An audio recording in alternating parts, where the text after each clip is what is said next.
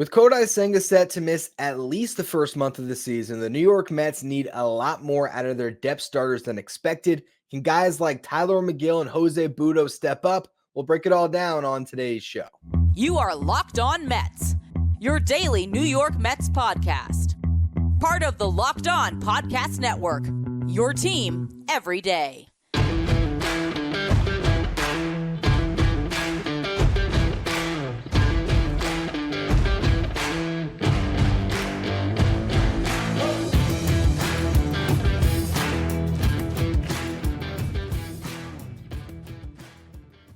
Hello to all you amazing Mets fans. You're watching Locked On Mets, part of the Locked On Podcast Network, your team every day. I'm your host, Ryan Finkelstein. If you want to find any of my work, follow me on X at Finkelstein Ryan. You also find some of my writing at justbaseball.com, where I work as the managing editor.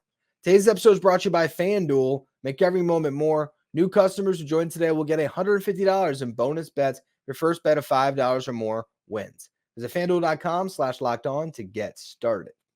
Now, Kodai Senga over the weekend got a PRP injection in his shoulder. Essentially, this is an injection that should heal up that shoulder strain. If all goes well, after 3 weeks of just waiting and not throwing a baseball, he'll be given the all clear, and he can begin his spring training work, so to speak.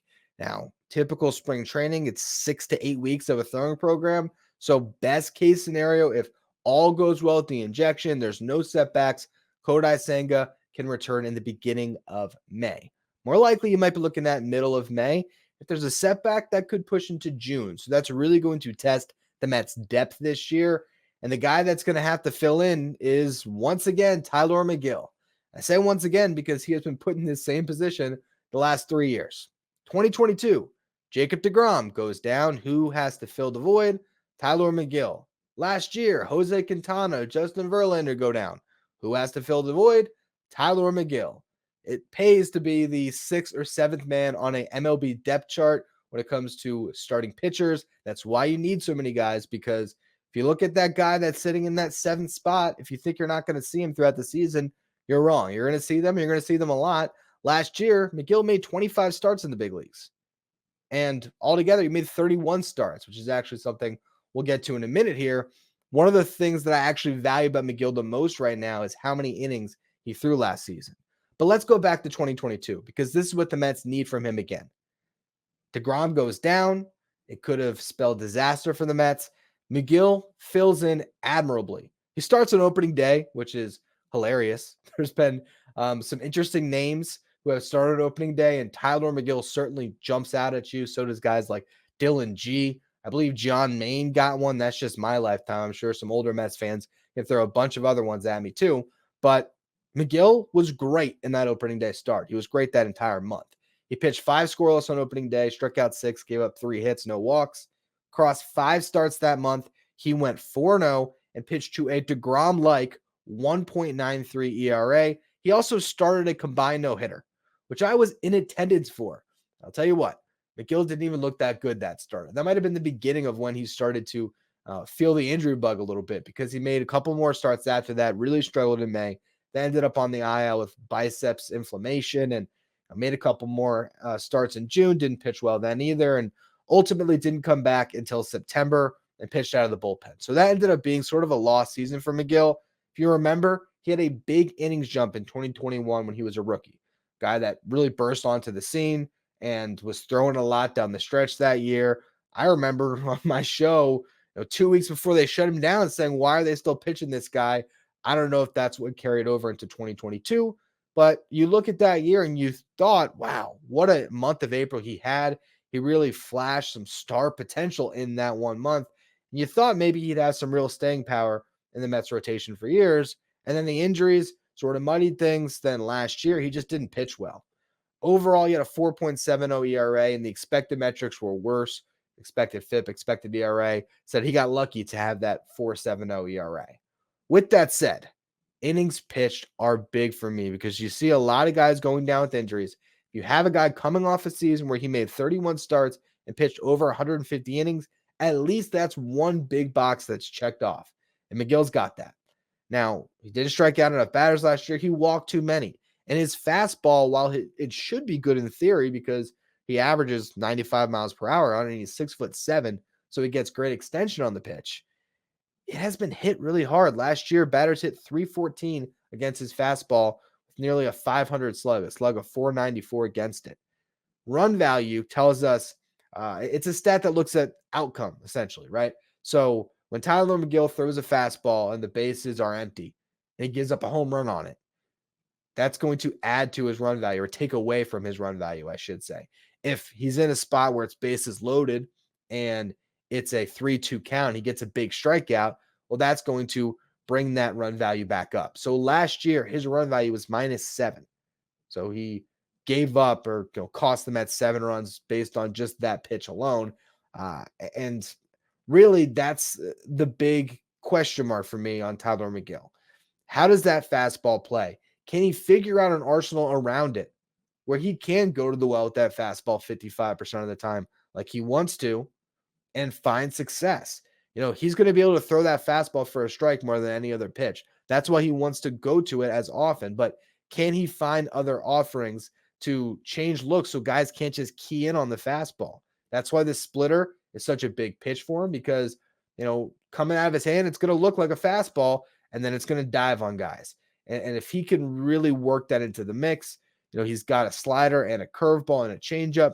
If he can find some pitch mix that works for him, where guys aren't sitting fastball, then his fastball can play up again, and he can have a lot of success. What I love about Megill right now is the fact that he's 28 years old. He now has well over 200 innings under his belt in the big leagues, and he's coming off a season where he took the ball every fifth day, whether it was in the big leagues the whole time or not. He still was a starting pitcher from February all the way through September, and that is valuable. And right now, they're going to need him. Can he put together an entire season like that 2022 April? I strongly doubt it.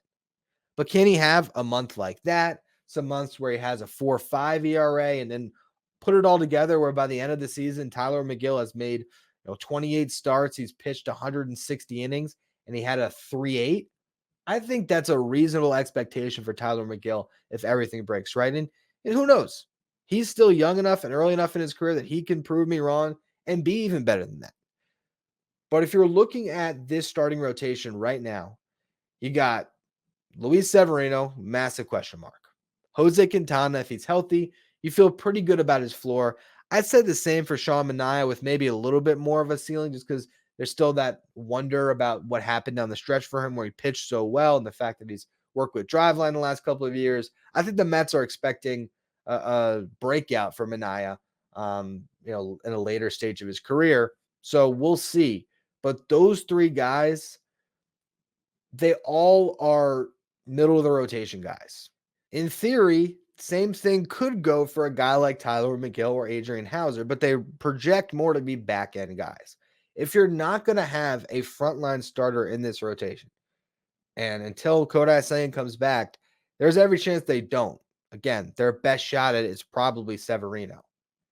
You need to have middle of the rotation guys across the board. You have guys that are going out, giving your bullpen some breathers where, every guy doesn't have to give you 6 innings, but you also don't want every single guy to be giving you 5 innings or less. Every once in a while, one of these guys has to step up and give the team 7. Can Megill do that a couple times, or is he always 5 and die? And the same thing goes with Hauser and all the other guys in this rotation right now. I do believe the Mets have a chance because of the overall depth that they have, because I think they're going to play some really good defense behind their starting pitchers, where that's going to allow a lot of guys to outperform their expected metrics. I foresee a lot of starting pitchers in this rotation with an expected ERA well over 4, maybe even over 5, but an actual ERA that's a run better than that. Because if you have Harrison Bader and Brandon Nimmo and Tyrone Taylor all run down fly balls in the outfield with Lindor and McNeil up the middle, I feel pretty good about the defense. So the question is, can these guys, for one, keep the ball in the yard? That's a huge thing.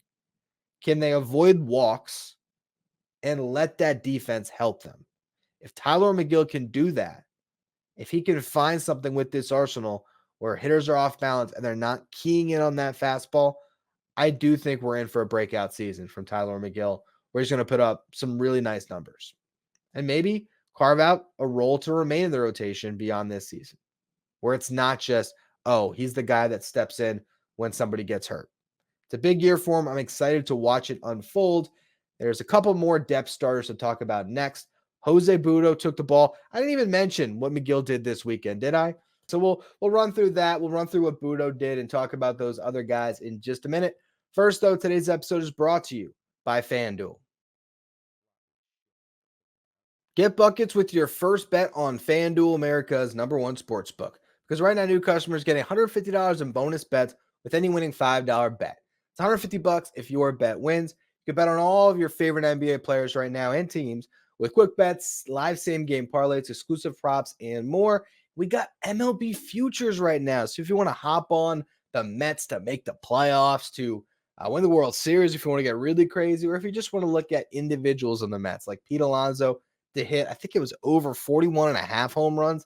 I like that a lot. Francisco Lindor, you can look at his statistic over-unders, or you can look at MVP odds on Lindor, MVP odds on Alonso. Maybe you want to get really crazy and bet on Luis Angel Acuna to win the Rookie of the Year. You can find all of that over at FanDuel. And again, you place that $5 bet and you win, you're going to get $150 in bonus bets guaranteed. Just visit FanDuel.com/lockedon and shoot your shot. FanDuel, official sportsbook partner of the NBA. Now, all that talk about Tylor Megill, and I didn't even break down his start over the weekend. It's because it's the Grapefruit League, and it really doesn't matter. But hey, it's still good to see these guys out there facing real competition. And McGill did throw the ball pretty well. It didn't start off pretty. He hit a batter, gave up a hit, threw a wild pitch. He's sitting there with two runners in scoring position, nobody out. But he got out of that jam. He struck out Jordan Walker, who is a good major league hitter. Granted, he's a good major league hitter in February, but still good to strike out a guy that isn't wearing number 94 at this time of year. He then got a ground out, which did force in a run.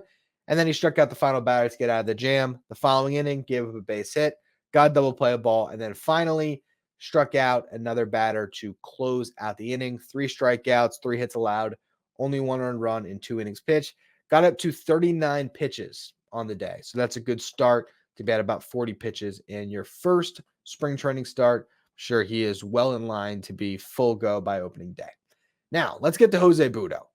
Butto pitched on Sunday. Velocity was up on all of his pitches except for his slider, where velocity was noticeably down. Actually, it's down almost 4 miles per hour. Granted, it was 4 sliders. So one slider that he threw wrong that had a 10 mile per hour dip on it because he yanked it or whatever it is. You can't take too much from that, but the velo being up on his fastball is interesting. He scattered 3 hits across 2 scoreless innings of work, pounded the strike zone. Thought it looked pretty good. Jose Butto is entering a pretty interesting season in his Mets career. So first off, he's 26 years old, entering his prime. He got his first long taste of the big leagues last year, or relatively long, got 42 innings. That was across 9 outings, 7 starts. He's been in the Mets organization since 2017. I think if you actually looked at the guys the Mets have, he's probably on like the first page when it comes to longest tenure. If you just think back to 2017, you're getting close to a decade in an organization. It's a pretty long amount of time here. Now, his season last year was really strange because he got knocked around in AAA. 5.93 ERA, 19 starts. But in the big leagues, he had a 3.64 ERA, fared really well. You look at the expected numbers, his xFIP, which is expected fielding independent pitching, basically tries to remove the defense behind him, all the other factors, and just looks at what he put up, was a 4.90. So that expected performance moving forward, not great. Why was that xFIP so high? Well, he walked about 13% of the batters he faced, did not strike out nearly enough batters to counteract that. His strikeout to walk rate, 8.4%. So, that's one issue.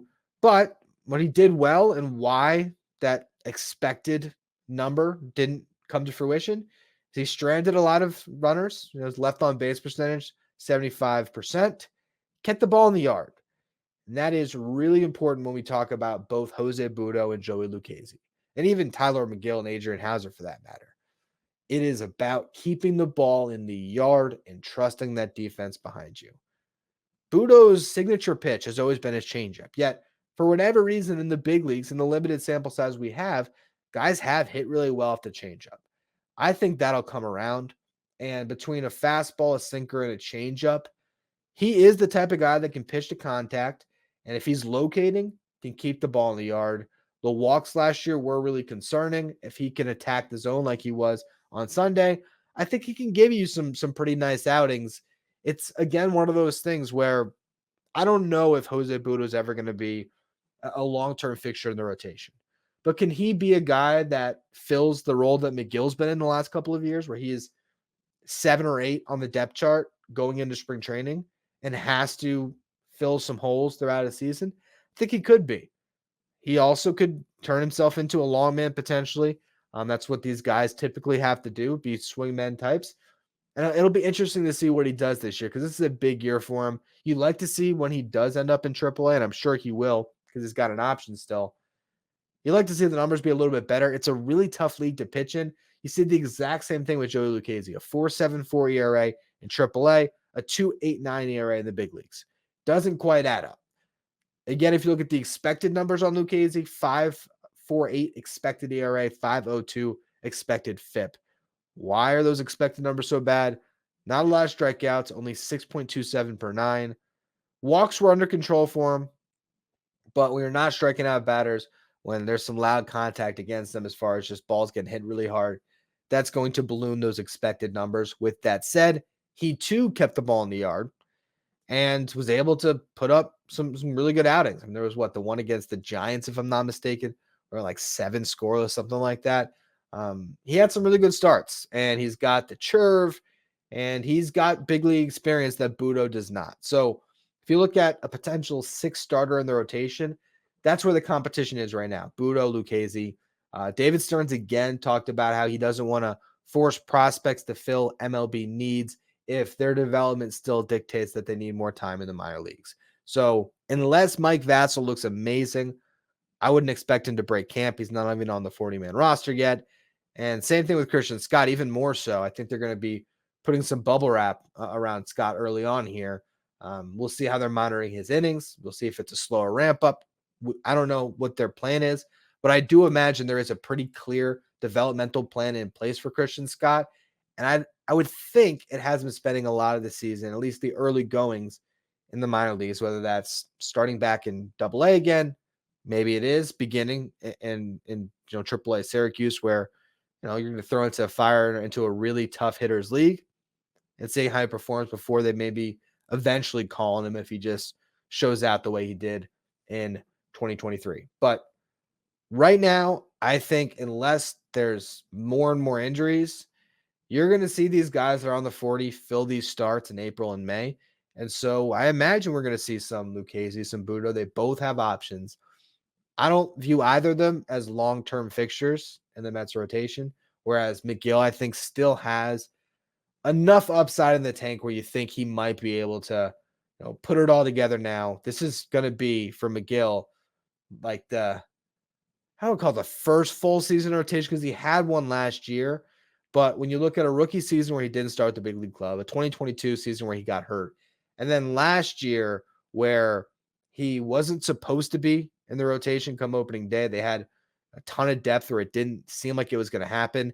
And then last minute Verlander goes down and all of a sudden he was there. He knows right now, unless he really screws up, he's going to be in the rotation this entire season, coming off the heels of the 150 plus innings he had last year. McGill's the guy that can step up. Butto and Lucchesi, I think, can outperform their numbers in a considerable way thanks to the defense. And that's what you got to hope for all these guys right now. It is really banking on that outfield defense and everything Stearns put together this offseason to attack run prevention in a different way, because there's not a lot of pitchers in this rotation that have the devastating stuff where they're going to be able to go out and strike out 11 and give you 7 innings.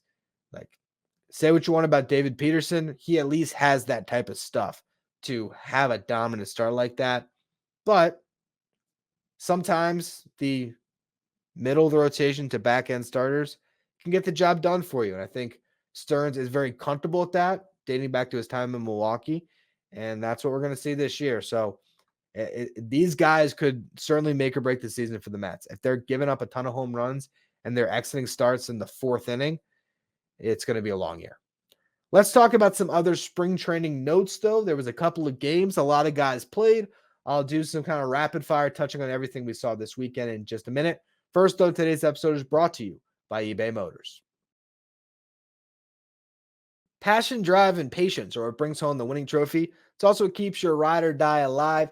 eBay Motors is there to give you everything you need to maintain your vehicle and level it up to peak performance, from superchargers to roof racks, exhaust kits, LED headlights, and more. Whether you're into speed, power, or style, eBay Motors has got you covered. With over 122 million parts to choose from for your car or truck, you'll always find exactly what you're looking for.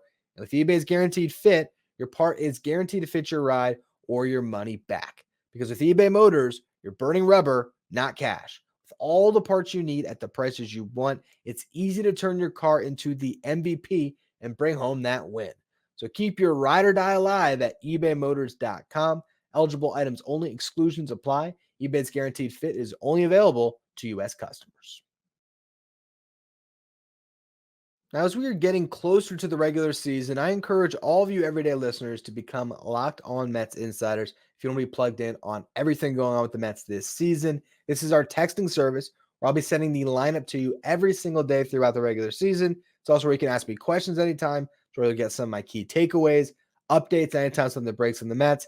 And it's also where we're going to be doing our giveaways for signed memorabilia throughout the season. So if you want to be part of the Locked On Mets Insiders, you can find the link in the episode description or go to subtext.com/Locked On Mets.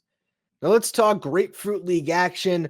We already discussed the two starting pitchers in Tylor Megill and Jose Butto. Let's just go through some of the position players that stood out. Tyrone Taylor had a great game on Sunday. Pair of sharp singles, made a great catch in center field that he made look easy. His defense is going to be exciting to watch. I think we're going to do a show this week revisiting that trade, just how important those two pieces in Taylor and Hauser could prove to be for the Mets this year. But it was a really nice catch, and he also stole a base, so showed a little bit of everything. Zach Short, who is fighting for a roster spot, made a nice defensive play in the hole, looks good at shortstop. Luis Angel Acuna made some nice plays at shortstop as well. Also had some ugly at-bats, a couple of strikeouts. Didn't look good in the box. Alex Ramirez had a nice day, went 2 for 3 on Saturday, I believe. Hayden Senger was the surprising first homer of spring. He's a defensive first catcher that popped one and went 2 for 2. It's always great to see just these random names who have very big springs or have big moments. That's the fun part about getting out to Port St. Lucie. You go there, you get some hot dogs, maybe a nice beer, sit back, watch a game, and anything can happen. So Sanger popping one, would not have expected it, but hey, that's what you get when you show up for a game in February. Carlos Cortez went 2 for 2. Fun name to watch in camp. We'll see how much playing time he gets. He had a really good season in Syracuse last year. Again, it's a hitter-friendly league, but Cortez put up some big numbers.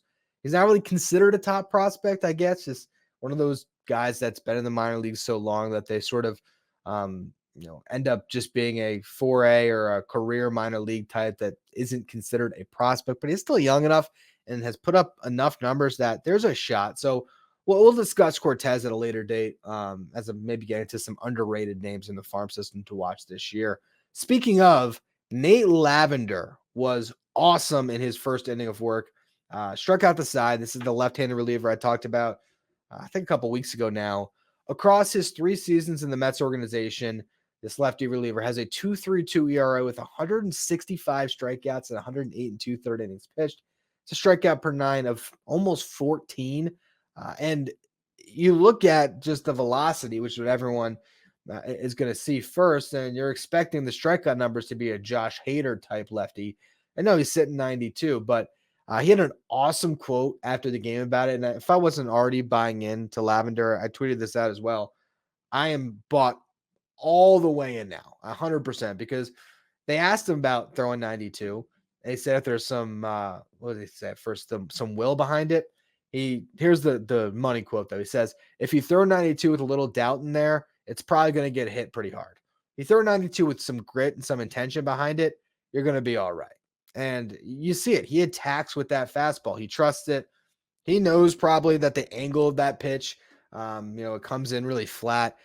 There's a reason why batters don't see his fastball well, between his delivery, the fact that he also goes a little Nestor Cortez that he talked about, where he sort of alters his windup a little bit to keep hitters' timing off. He knows he has a good fastball. That's part of what he said there. It's just to say it's all grit. It's also a pitch that has a good shape to it. But it's good to see that bulldog in a relief pitcher who's coming through the system. The Mets haven't developed a good reliever, and I don't even know how long. When's the last time that they had a reliever that was a part of their bullpen for 5-6 years? I mean, the most recent example is Drew Smith, and the numbers have been very mixed on him. So if Nate Lavender can be a long time lefty in this pen, that's going to be great. And he doesn't even have like crazy splits. Like, he faces righties just as well. I think last year was actually reverse splits. He was even better against righties than lefties. So I don't know if he'll win a job at a camp, but I expect we're going to see Nate Lavender at some point this season. Last guy, Francisco Alvarez, had a big home run. He hit a home run to the opposite field. Big. There's no big home runs in spring training, but he did go 2 for 2. His fastball, his single that he hit had like an exit velocity over 100 miles per hour. So nice first game for Alvarez. Did an interview in English during the broadcast. He's just an awesome story to follow this year. The guy's a superstar in the making. I really do believe that. And I think this is going to be a huge season for him. Could he be an all-star as a sophomore? Maybe. Starting out there, maybe. At some point this week, we're also doing bold predictions. That might just be one of them. I have to mark that one down. So stay tuned for that. If you're listening on the audio side, if you don't want to miss that episode or the episode coming up about the Brewers trade that the Mets made, how valuable that could prove to be this season, make sure you follow, rate, and review wherever you get your podcast. Make sure you follow me on X at Finkelstein Ryan. Follow the show at Locked On Mets. If you're watching on YouTube, hit that subscribe button. Trying to get to 8,000 subs by opening day. We're getting pretty close, so I appreciate all of you who subscribe. And thank you for making Locked On Mets your first listen or your first watch every day. Now, for your second watch, head over to the first ever 24 streaming channel on YouTube that covers everything in the world of sports. I'm talking about Locked On Sports Today with our local experts from each team and our league-wide experts from each league. You find Locked On Sports Today streaming 24/7 on YouTube.